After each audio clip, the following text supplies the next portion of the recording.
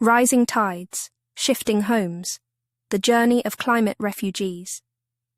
The once vibrant coastal town of Crescent Bay lay in ruins, swallowed by the relentless advance of the ocean. Waves crashed against the remnants of homes, the salt water eroding the foundations and turning streets into rivers. The air was heavy with the scent of brine and decay, and the cries of seagulls echoed through the ghostly silence. Amara stood on what was left of the pier, staring out at the horizon. Her dark hair whipped around her face, tangled by the sea breeze. She clutched a worn photograph, its edges frayed, showing her family before the tides began to rise. Her heart ached with the weight of loss, but there was no time for mourning. The water had claimed their town, and it was time to move inland. "Amara!" a voice called out, breaking her reverie. She turned to see her brother Kai waving from the shore. His face was smeared with grime, but his eyes were bright with determination. "The convoy is ready. We need to go." She nodded, tucking the photograph into her backpack. With one last look at the sunken town, she turned and followed Kai. The convoy consisted of makeshift vehicles, old trucks and vans repurposed for the journey, loaded with what little they could salvage. Families huddled together, faces etched with uncertainty and fear. "Do you think we'll find a place to settle?" Kai asked as they climbed into an old, rusted truck. Amara could hear the tremor in his voice despite his attempt to sound hopeful. "We have to," she replied, squeezing his hand. "We'll find higher ground, somewhere safe." The engine roared to life, and the convoy rumbled forward, leaving Crescent Bay behind. As they travelled, the landscape changed from salty marshlands to arid plains. The heat was oppressive, the sun an unyielding orb in the cloudless sky. They passed through towns that had been abandoned, their residents driven away by drought or flooding. Days turned into weeks. The convoy moved slowly, hindered by the harsh terrain and mechanical failures.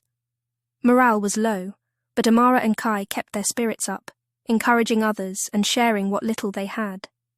They met other groups of refugees along the way, each with their own stories of loss and displacement. One evening, as the sun dipped below the horizon, casting a fiery glow over the desert, the convoy came to a halt. They had reached a large encampment, a sprawling settlement of tents and makeshift shelters. It was a temporary refuge, a place for those on the move to rest and resupply. Amara and Kai set up their tent and joined the others around a communal fire. The smell of cooking food mingled with the smoke, and the sound of laughter and conversation filled the air. It was a rare moment of normalcy, a brief respite from their arduous journey.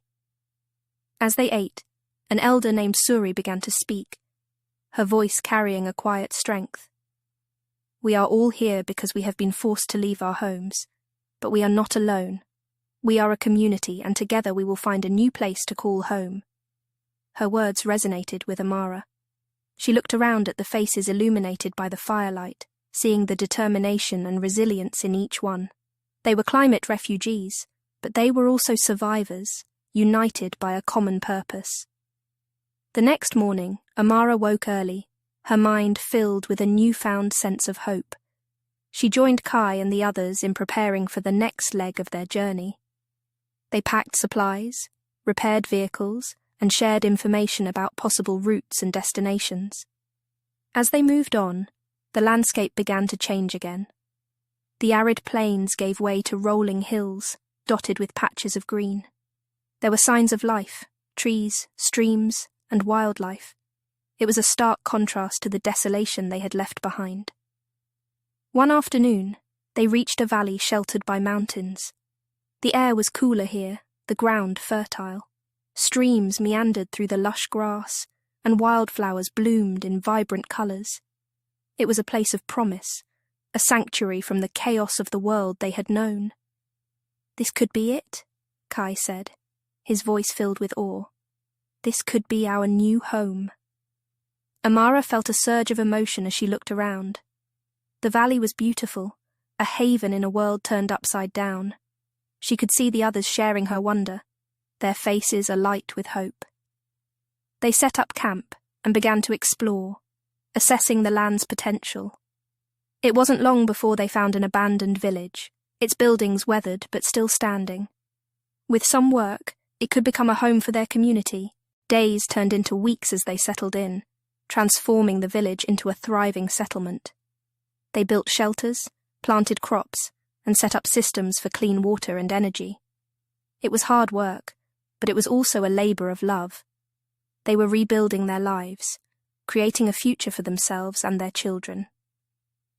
One evening, as the sun set behind the mountains, casting a golden light over the valley, Amara stood on a hill overlooking their new home.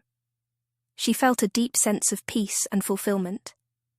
They had come so far, endured so much, but they had found a place where they could thrive. Kai joined her, his eyes reflecting the same sense of wonder.